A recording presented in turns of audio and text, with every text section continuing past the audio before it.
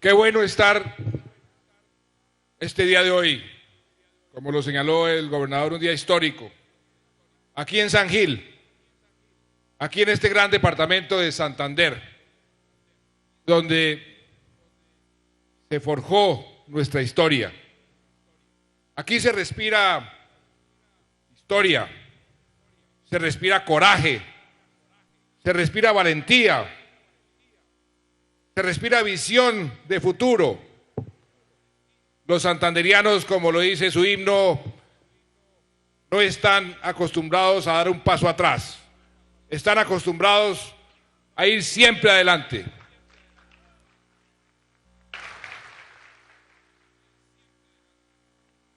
En estos días estamos celebrando momentos históricos. Mañana o pasado mañana, hace 194 años, fusilaron a Antonia Santos. Unos días después, el 4 de agosto, se celebró la batalla de Pienta en Charalá. 194 años en donde participaron muchísimos santanderianos, entre ellos los miembros de una guerrilla llamada la guerrilla de Coromoro o la guerrilla de los Santos.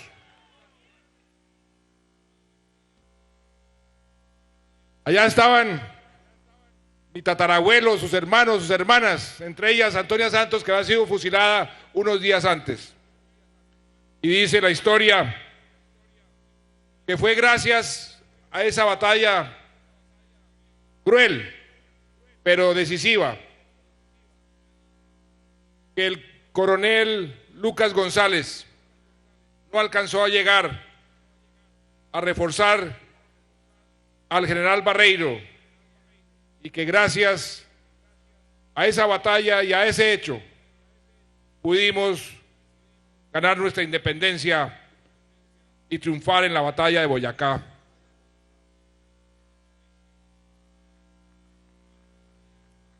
Hace 194 años, el pasado miércoles, celebró otra batalla en el lago de Maracaibo. El almirante José Prudencio Padilla. Y ese día se conmemora como el nacimiento de nuestra Armada Nacional.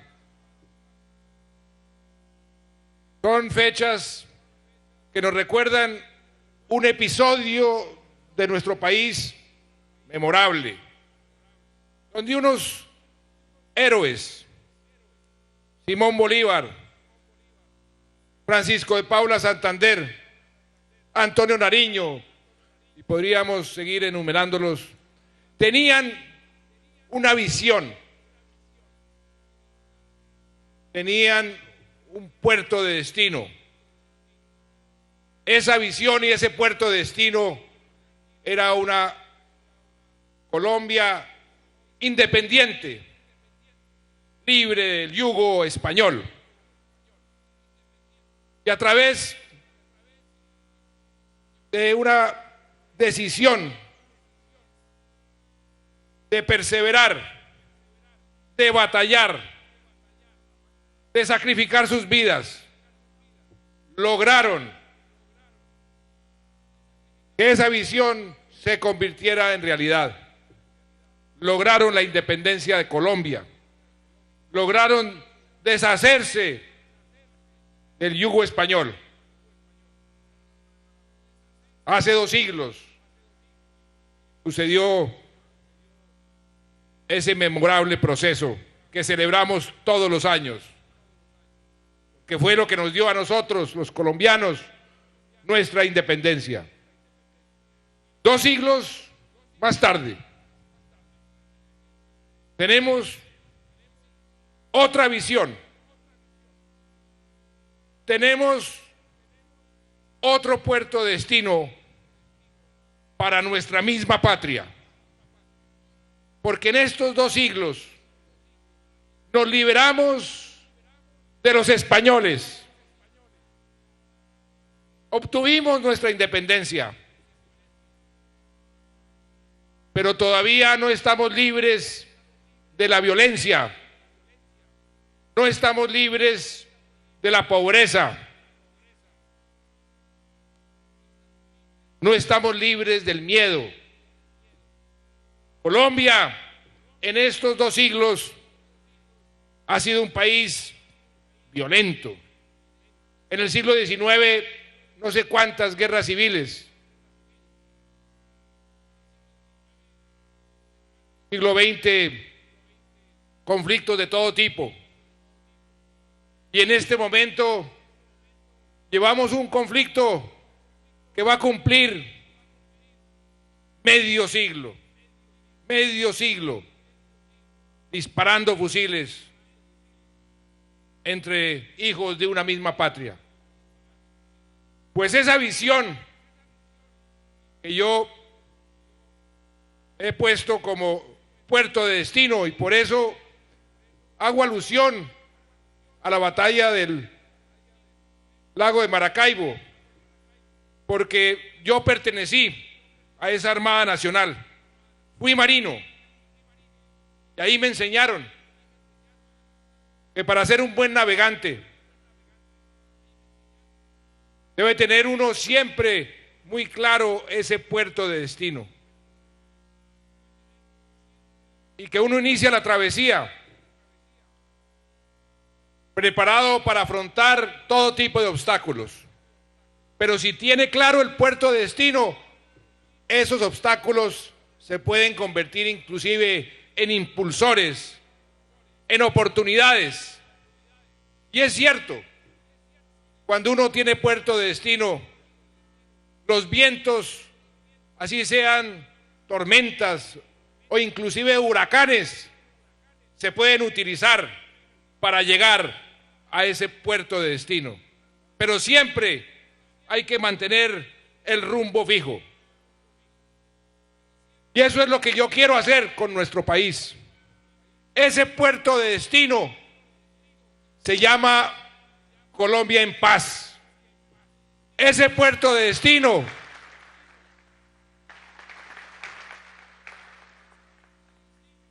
es una Colombia en paz, donde los colombianos podamos vivir ya no libres del yugo español, sino libres del miedo, libres de la violencia, libres de la desigualdad y de la pobreza. Porque para ser efectivos en la lucha contra la pobreza hay que ser efectivos en la lucha por la paz. Y tengo muy claro que si perseveramos, si no perdemos el rumbo, vamos a poder llegar a ese puerto de destino, a esa Colombia en paz. Yo sabía desde el principio que no iba a ser una travesía fácil. Yo sabía desde el principio que hay muchos enemigos que no quieren que nuestra nave llegue a ese puerto de destino, llegue a esa Colombia en paz. Hay muchos que se lucran de la guerra, o económicamente, o políticamente, o psicológicamente. Hay muchos que no entienden las contradicciones que se generan en un proceso como el que estamos en este momento, en donde el gobierno y el presidente de la República, cuando tomamos la decisión de dar este paso, pusimos unas condiciones totalmente claras.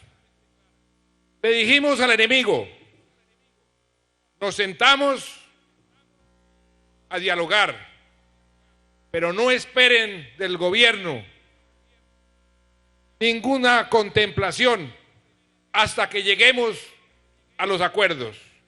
Y por eso la orden a nuestras Fuerzas Armadas desde el primer día ha sido clara y contundente. la ofensiva militar se mantiene, la ofensiva militar se redobla.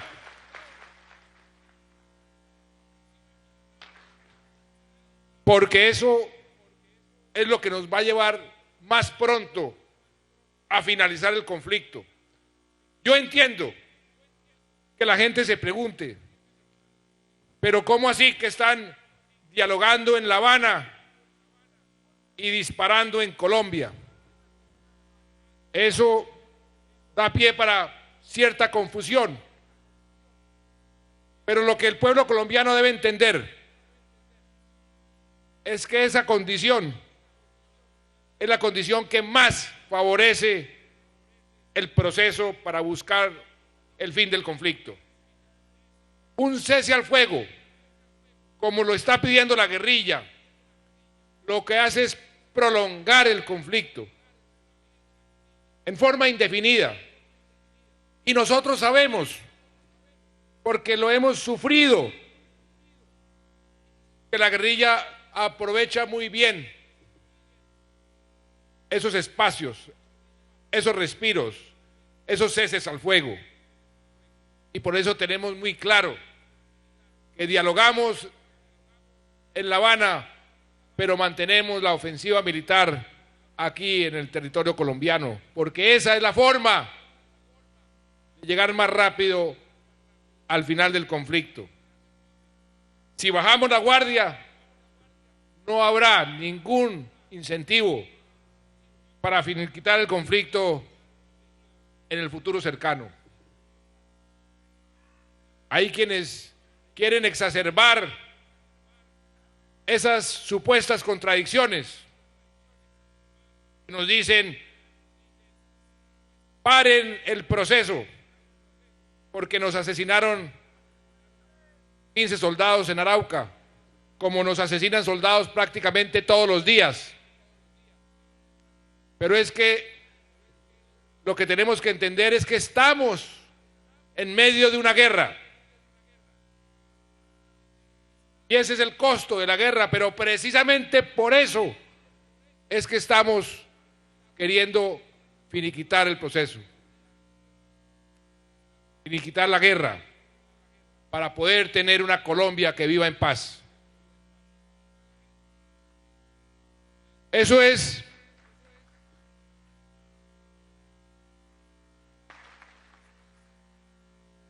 esa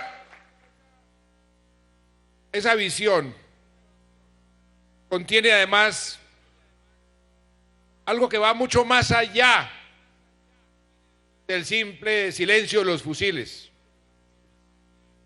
La construcción de la paz, esa Colombia en paz, ese puerto de destino, tiene que ver con nuestro desarrollo social, tiene que ver con nuestra educación, tiene que ver con nuestra salud, con nuestra infraestructura, con la creación de empleo. Y por eso también desde el principio, en esa visión que fuimos construyendo, nos propusimos avanzar en la construcción de la paz para llegar en forma integral a ese puerto de destino. Y es así como hemos venido avanzando en todos los frentes. En el frente de la educación decretamos la educación gratuita para todos los niños y niñas de Colombia del grado 0 al grado 11. Fue así como nos aprobaron en el Congreso de la República una reforma que convierte el derecho a la salud en un derecho fundamental. Es así como hemos creado empleo como ningún otro país en América Latina. Hemos reducido la pobreza como pocos países, solamente el Perú nos redujo la pobreza en una proporción mayor. Eso todo es construir la paz. Y este contrato plan que hoy hemos firmado hace parte de esa visión, hace parte de ese proyecto. Cómo me complace poder estar aquí en San Gil y presenciar este contrato plan, que es el más cuantioso, donde más dinero se ha invertido de cualquier contrato plan que hemos firmado hasta ahora. Son 6.1 billones de pesos. La parte gruesa tiene que ver con la infraestructura.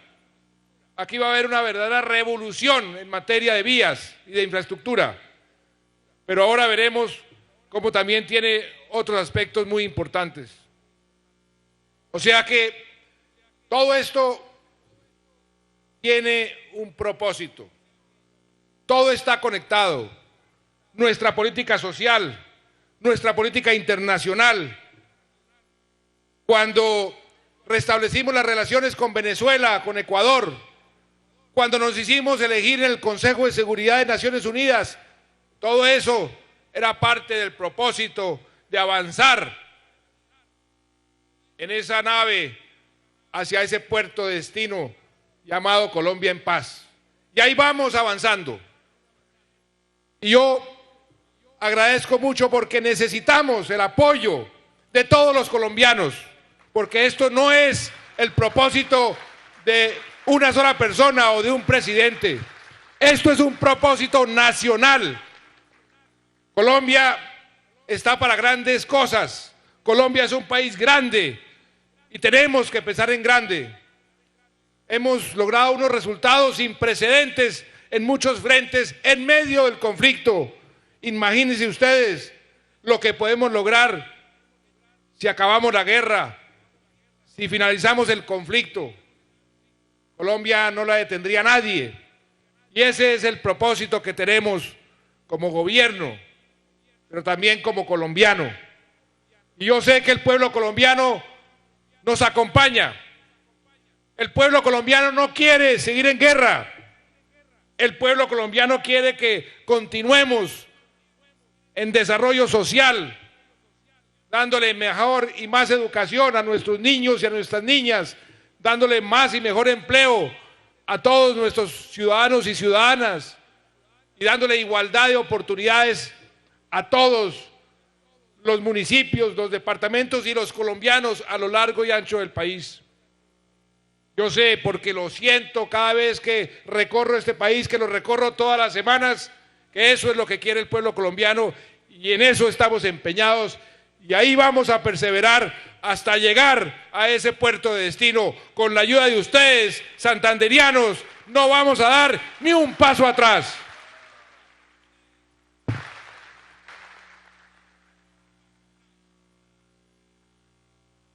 Y como sé que ustedes también están ansiosos de conocer un poco los detalles de este paso fundamental para Santander, como es este contrato plan, lo que quiero ahora es que cada ministro y cada funcionario explique brevemente, explique a ustedes realmente qué consiste este contrato plan. Un contrato plan es sencillamente, y lo copiamos de un procedimiento que tienen los franceses. Se trata simplemente de poner en un contrato, como lo dice su nombre, contrato plan, las grandes obras, priorizar para obligar al gobierno nacional, a los gobiernos departamentales y a los municipios que participen en ese contrato plan para que las obras efectivamente se puedan hacer. ¿Por qué introdujimos ese concepto en nuestro desarrollo? Porque eran demasiadas las experiencias, las tristes experiencias, en donde se hacían muchos planes, se prometían muchas cosas, pero esos planes y esas cosas quedaban en la mitad del camino, cuando no simplemente en los escritorios de los ministros o los gobernadores o los alcaldes. Al firmar estos contratos planes, ya tenemos una hoja de ruta y tenemos cómo exigir, y eso les corresponde a los ciudadanos, exigir el cumplimiento de esos contratos planes. Y si viene un nuevo alcalde, un nuevo gobernador o un nuevo presidente, no podrá, como suele suceder, hacer borrón y cuenta nueva para que los proyectos que vienen de atrás queden a medio hacer. De eso se trata el contrato plan. Es, en cierta forma, una garantía de cumplimiento. Nos corresponde, después de esta firma, acelerar su ejecución, que no se va a hacer todo en el corto plazo. Tiene sus tiempos, son 5 años, tiene sus prioridades, pero está enmarcado dentro de lo que se llama un plan. Por eso es un contrato plan. Y es un contrato plan para unas obras que, repito, van a ser de inmenso beneficio para Santander. Me place muchísimo poder, como presidente, adelantar ese tipo de obras que van a cambiar la vida a muchos santanderianos. Ahí hay una obra muy pequeña, pero muy significativa, es un monumento en Charalá, la batalla que el próximo 4 de agosto de Pienta va a haber un monumento, aparte del acueducto y aparte de la carretera, pero ese monumento tiene un significado especial. De manera que qué bueno, alcalde, que allá podamos hacer eso. Pero son muchos los proyectos y por eso yo voy a pedirle a los ministros que vayamos contándole a los santanderianos muy brevemente, no quiero entrar en muchos detalles, en qué consiste este contrato plan. Muchas gracias a todos y aquí vamos a hacer esta rendición de cuentas con ustedes para ver cómo vamos a desarrollar este contrato plan.